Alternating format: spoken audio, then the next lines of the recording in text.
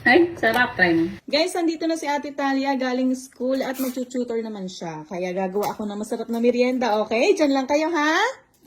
Gagawan ko na lang sila ng nachos. Ito yung gagamitin ko, guys, kasi wala akong nacho chips. Maganda sana yung nacho chips at mas mura pa. Kaya kung meron din kayo makita ng nacho chips, yun na lang yung gamitin nyo. Maglalagay din tayo ng mayonnaise, cheese whiz, tapos itong Argentina na ready to use na naginiling yung gagamitin ko para hindi na din ako magigiling. So ito na yung mga kailangan ko. Nahiwa ko ng lahat na ready ko na at igisa na natin itong ready to use na giniling. 1/4 kilo yung gagamitin ko, guys, ha? At easy open na din pala to kaya hindi na tayo mahirapan mag-prepare ng mga food.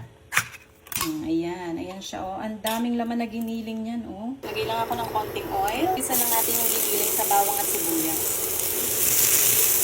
Ayan, pwede na to. Ilagay na din natin yung giniling. Ayan siya, guys, napakadami, oh. Kaya huwag kayong magpapawala sa bahay nyo ito. Kasi ako dito, gamitin ko to kapag nawawalan ako ng karne kasi yung ginagamit. Pwede nyo din itong gawing sisig at pang salsa kung ano-anong niluluto nyo. Ituin lang natin itong mabuti at ito yung ipang tatapping ko sa nachos natin. Ayan, okay na to. Luto na. Hanguin na natin. Ay, tiniplahan ko din pala to ng salt and pepper, ha? Hindi ko lang napakita. Okay na lahat. Assemble na tayo. So, meron akong kamatis, pipino, toppings. Gupitin ko lang dito. Ayan. Pwede itong pang merienda, pang pulutan, midnight snacks. Pwedeng pwede. Ayan. Ito yung pinili ko para iba't ibang klase na ng chips. So, ilagay na natin yung kamatis. Tinanggal ko yung buto nito, guys, ha? Para hindi magtubig. Ilalagay ko na itong lahat. Pipino.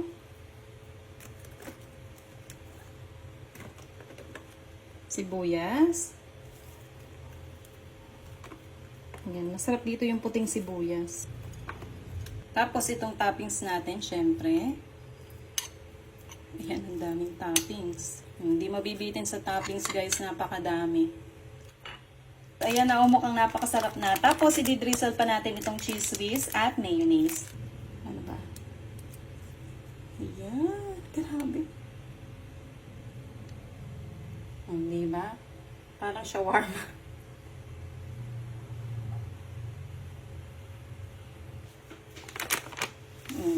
Diba? Parang na kayong umorder sa labas ng nachos. Try nga natin.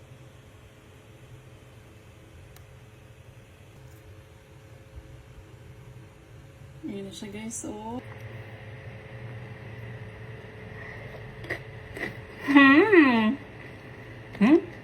The best. Panalo. Sarap.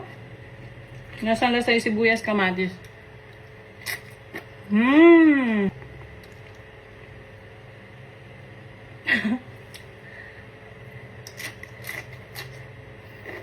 Ito na pala, guys, si Ate Talia. Tapos na siyang mag-tutor. So, gagawa na din ako ng drinks. Gamitin natin itong blenders. Maglalagay ako ng pipino. Gagawa tayo ng cucumber, lemonade, Yakult. Ang haba. Isang buong pipino to, guys. Hindi ko na tinanggal yung buto tsaka yung balat. Lalagay lang ako ng konting water. Lagay na ako ng sugar.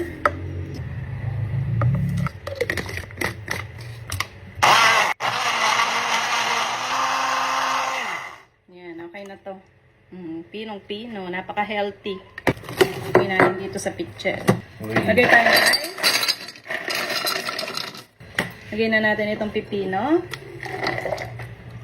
Tapos, lalagay tayong lemon. Ano kayo mumukbang? Yan ako. Okay. Mga 2 lemon. Si Tracy pala, guys, umalis na, sumama dun sa lolo't lola niya. Maglalagay din ako ng Yakult. Sarap nito.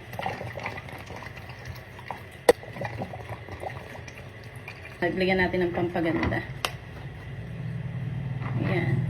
Tapos meron din ako dito natirang pipino. Ano to? Cucumber lemonade with Yakult. Ayan, tignan natin. Baka kulang pa sa tamis. Ayan siya, guys, oh. Diba, nakaka-refresh. Tapos napaka-healthy pa. Okay na yung timpla. Try natin. Tunog pa lang, nakaka-refresh na.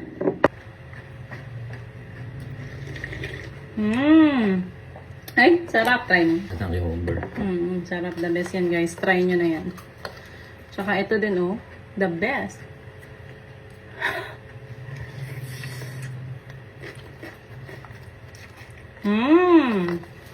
Ayaw ba yung tayo na ito? Sarap.